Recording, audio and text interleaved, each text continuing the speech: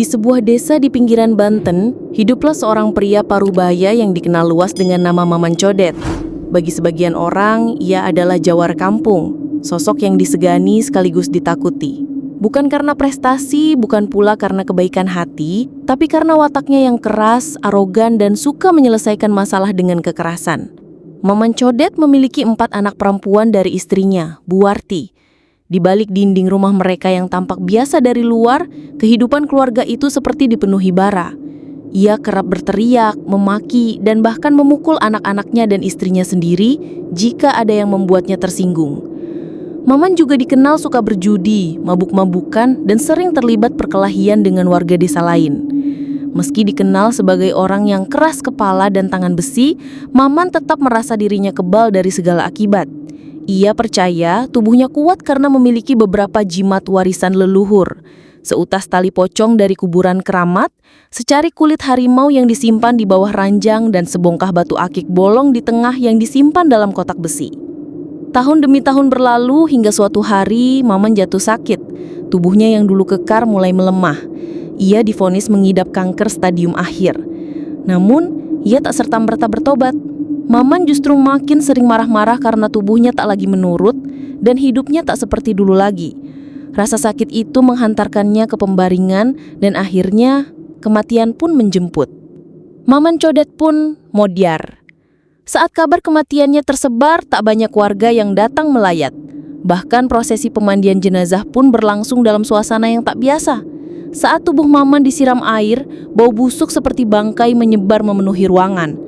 Beberapa orang yang membantu mandi jenazahnya menutup hidung dan keluar karena tak tahan. Kain kafan yang dibeli istri dan anak-anaknya pun ternyata salah ukuran. 2 kali mereka mengganti kafan karena terlalu pendek, seolah tubuh almarhum menolak untuk dibungkus. Ketika keranda hendak diangkat, orang-orang yang menggotong mengaku tubuh Maman terasa sangat berat, padahal badannya tinggal tulang dan kulit.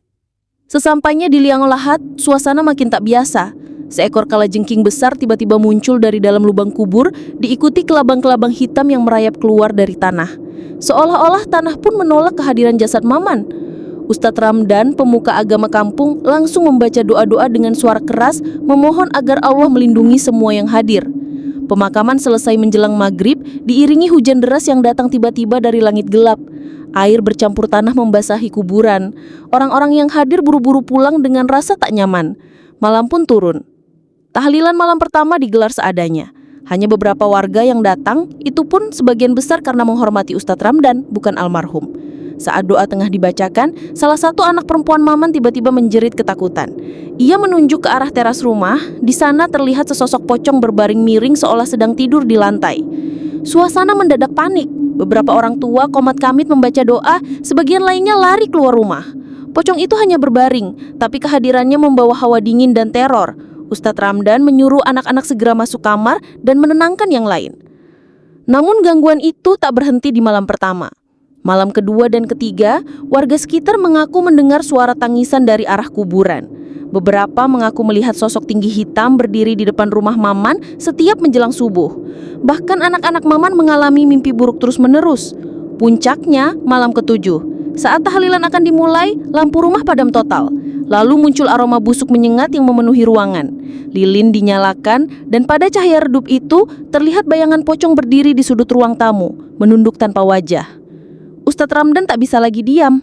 Setelah tahlilan selesai, ia memanggil Buwarti. Dengan hati-hati, ia bertanya, apakah selama ini Maman menyimpan sesuatu yang bersifat gaib, jimat, benda pusaka, atau semacamnya? Awalnya Buwarti menolak bicara. Ia takut, bingung, dan masih syok. Tapi setelah didesak dengan lembut, ia mengaku Maman memang menyimpan benda-benda mistis di rumah. Seutas tali pocong di atas loteng, kulit harimau di bawah ranjang, dan sebongkah batu akik bolong di tengah yang disimpan dalam kotak besi. Akhirnya Ustadz Ramdan meminta Buwarti untuk menunjukkan di mana barang-barang tersebut.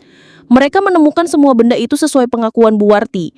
Tali pocongnya sudah menghitam dan mengeras, kulit harimaunya tampak seperti masih basah dan hangat, dan batu akiknya memancarkan hawa dingin saat disentuh. Ustadz Ramdan memutuskan membakar semua benda itu setelah dinetralkan dengan doa-doa. Mereka melakukannya di tanah kosong dekat masjid. Api menyala tinggi dan aroma busuk menyengat sesaat sebelum angin besar berhembus seperti jeritan tak terdengar. Setelah malam itu, suasana mulai tenang.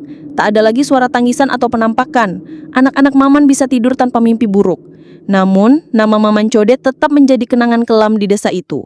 Orang-orang kini lebih berhati-hati bicara soal ilmu kebal atau benda keramat, karena mereka tahu sehebat apapun seseorang di dunia, tak ada jimat yang bisa menyelamatkan dari azab setelah mati. Kisah ini adalah pengingat bagi kita semua bahwa sehebat apapun kita di dunia, jika tidak dibarengi dengan akhlak yang baik, semua itu akan menjadi sia-sia. Jangan biarkan kekuasaan, ego, dan kekerasan menutup hati kita. Perjalanan hidup tidak berhenti di dunia. Semua perbuatan akan dipertanggungjawabkan setelah kita tiada. Hormatilah keluarga, tetangga, dan sesama. Jangan sembarangan mencari kekuatan gaib hanya untuk merasa lebih unggul. Karena sesungguhnya yang terlihat kuat di dunia belum tentu selamat di akhirat. Sampai jumpa di cerita berikutnya. SDB Art AI undur diri. Assalamualaikum dan salam damai untuk kita semua.